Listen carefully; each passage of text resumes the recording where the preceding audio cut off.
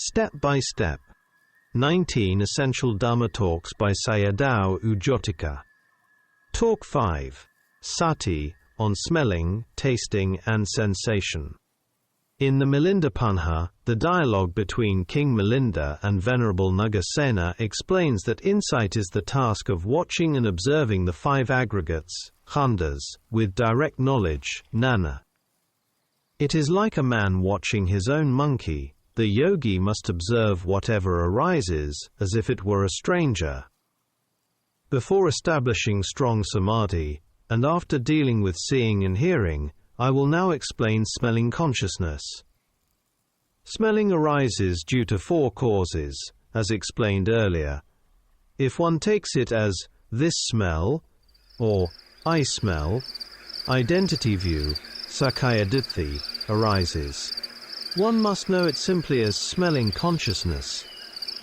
Do not take smells as fragrant or smelly. Thinking in this way causes greed, lobha or aversion, dosa, to arise. This is a matter of view.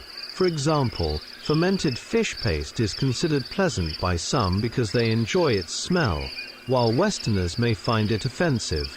Similarly, durian fruit is loved by some and disliked by others. When noting smells, do not differentiate them as a woman's smell, such as perfume or body scent, or a man's smell, as lust can arise in this way.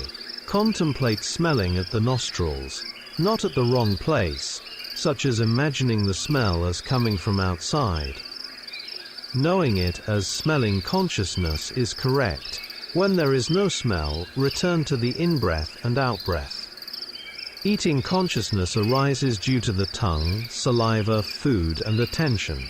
If attention is given to chicken meat, pork, or other foods, identity view arises in the form I am eating. Do not pay attention to good or bad flavors. If one does so, it becomes contemplation of feeling rather than insight. Note on tastes and body consciousness. Note the tastes of sweet, sour, salty, hot, and so on, simply as eating consciousness. Now I will talk about body consciousness, kaya vijnana. Sometimes it arises together with pleasant feeling or unpleasant feeling. Pain, aches, tiredness, warmth, coolness, and similar sensations arise in the body. These are bodily consciousnesses. Body sensitivity, kaya pasada, also exists in the internal organs, such as the heart, lungs, bones, and so on. It has a wide range, nearly the whole body. During contemplation, do not include the specific place, such as knee pain or backache, in your noting. In speech we may mention the place, but in contemplation we should not. I will explain the difference with an example. If pain arises in the left chest, one may become frightened, thinking of heart disease. In this way the location becomes identity view, sakkaya-ditthi. You must remember that in the contemplation of body consciousness, one should not include the place where it arises, and one should not differentiate it as good or bad. The mind is strange.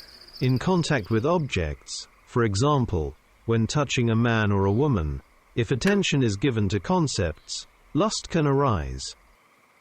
Instead, note it simply as body consciousness, and then return to the in-breath and out-breath. Note, concepts deceive people and beings. Because of wrong view and other defilements, humans create many problems and much suffering. Some years ago when I was staying in a forest, I went to see a dentist who was a woman. I had no other choice. I had to contemplate her as a subha, unattractive. It was also a very hot season, and when I felt her contact, it was sticky and sweaty. This made the experience feel disgusting. Monks must be very careful when they go to hospitals or clinics for medical checks. They cannot escape contact with female nurses. Therefore, wise attention, yoniso manasikara, and mindfulness, sati, are very important in daily life when dealing with defilements. Seeing consciousness to body consciousness. From seeing consciousness to body consciousness, the 5 kinds of sense consciousness are external and arise only from time to time. These are like guest minds. In-breathing and out-breathing minds, however, exist all the time. These are the 2 host minds. In insight contemplation, an important point regarding body consciousness is that pain may seem extreme and may even be thought of as life-threatening.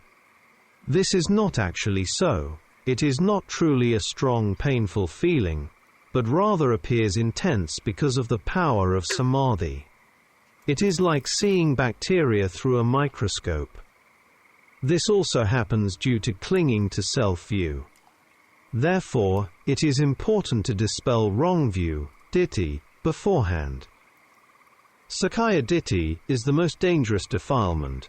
It is harmful to humans, and when combined with craving tanha, it can lead to many unwholesome actions. With understanding, humans can avoid many problems and much suffering in today's world. See my translation of Bhavanga Meditation by Sayadaw Jotika. The 4 causes mentioned above have a clear purpose. When the causes cease, the result also ceases. It is not me, unstable, anicca, and arises due to causes. If you contemplate in this way, you will not suffer much. The key point here is whether you have right attention or not. Depending on the kind of attention, greed and anger arise. With understanding, contemplate them with right attention, yoniso manasikara. Do not contemplate by trying to control pain or aches. They will only become worse. Contemplate with a relaxed mind. Now I will talk about changing postures. Pains and aches arise when sitting for a long period. If this happens, you must change the posture, but not impulsively or without mindfulness of mind and body. First, note the desire of the mind to change, then follow the movements with careful noting, changing slowly and patiently. The reason for this is that in the beginning of practice, knowing Nana is still slow and not sharp enough to follow quick movements. Therefore, one must contemplate movements in detail, moving and stopping, so that knowing does not fall away. In this way, only then is the posture changed with mindfulness intact.